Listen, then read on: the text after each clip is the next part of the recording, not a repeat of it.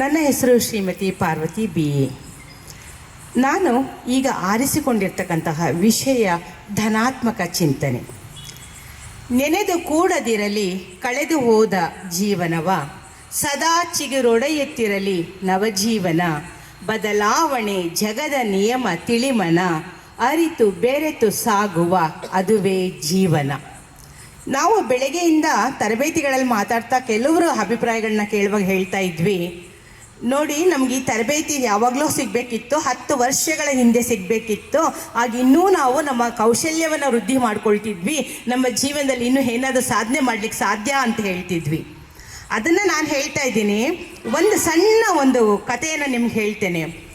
ಈ ಪ್ರಕೃತಿಯಲ್ಲಿ ನೋಡಿದಾಗ ನಾನು ಅಂದ್ಕೊಂಡು ಬಂದಿದ್ದೆ ಸೊಳ್ಳೆಗಳಿರುತ್ತೇನೋ ಅಂತ. ಸದ್ಯ ನಮ್ಮ ಪುಣ್ಯ ಸೊಳ್ಳೆಗಳಿಲ್ಲ. ಒಂದು ತಾಯಿ ಸೊಳ್ಳೆ ಮತ್ತು ಮರಿ ಸೊಳ್ಳೆ. ಆಗ್ತಾನೆ ಆ ಮರಿ ಸೊಳ್ಳೆಗೆ ಅಮ್ಮ ತರಬೇತಿ ಕೊಡ್ತಾ ಇರ್ತಾಳೆ. ಅಂದರೆ ಎಲ್ಲರಿಗೂ ಅಮ್ಮನೇ ಅಲ್ವಾ ಮೊದಲ ಶಿಕ್ಷಕಿ ತಾಯಿ.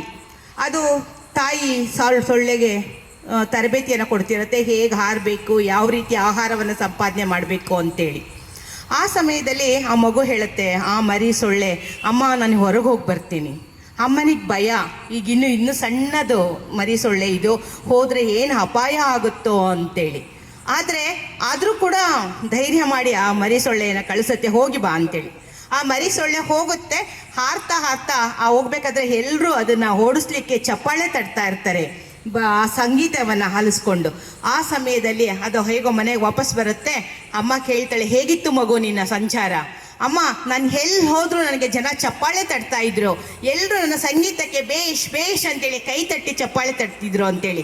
ಹಾಗಾಗಿ ನಮಗೆ ಈಗ ಸಿಕ್ಕಿರುವ ಅವಕಾಶವನ್ನು ಧನಾತ್ಮಕವಾಗಿ ನಾವು ಚಿಂತನೆ ಮಾಡ್ಕೊಳ್ತಾ, ಈ ಅವಕಾಶವನ್ನು ಯಾರು ನಮಗೆ ಚಪ್ಪಾಳೆ ತಟ್ತಾರೋ, ಅದು ಯಾವ ರೀತಿಯಿಂದ ತಟ್ಟಿದರೂ ಸರಿನೇ, ಅದನ್ನು ಬಳಸ್ಕೊಂಡು ನಾವು ನಮ್ಮ ಜೀವನವನ್ನು ವೃದ್ಧಿ ಮಾಡ್ಕೊಳ್ಳೋಣ ಅಂತ ಹೇಳಿದೆ. ನಾನು ಒಂದೆರಡು ಮಾತುಗಳನ್ನು ಮುಗಿಸ್ತೇನೆ. ಜೈ ಹಿಂದ್, ಜೈ ಕರ್ನಾಟಕ, ಜೈ ಬಂಧುಗಳೇ.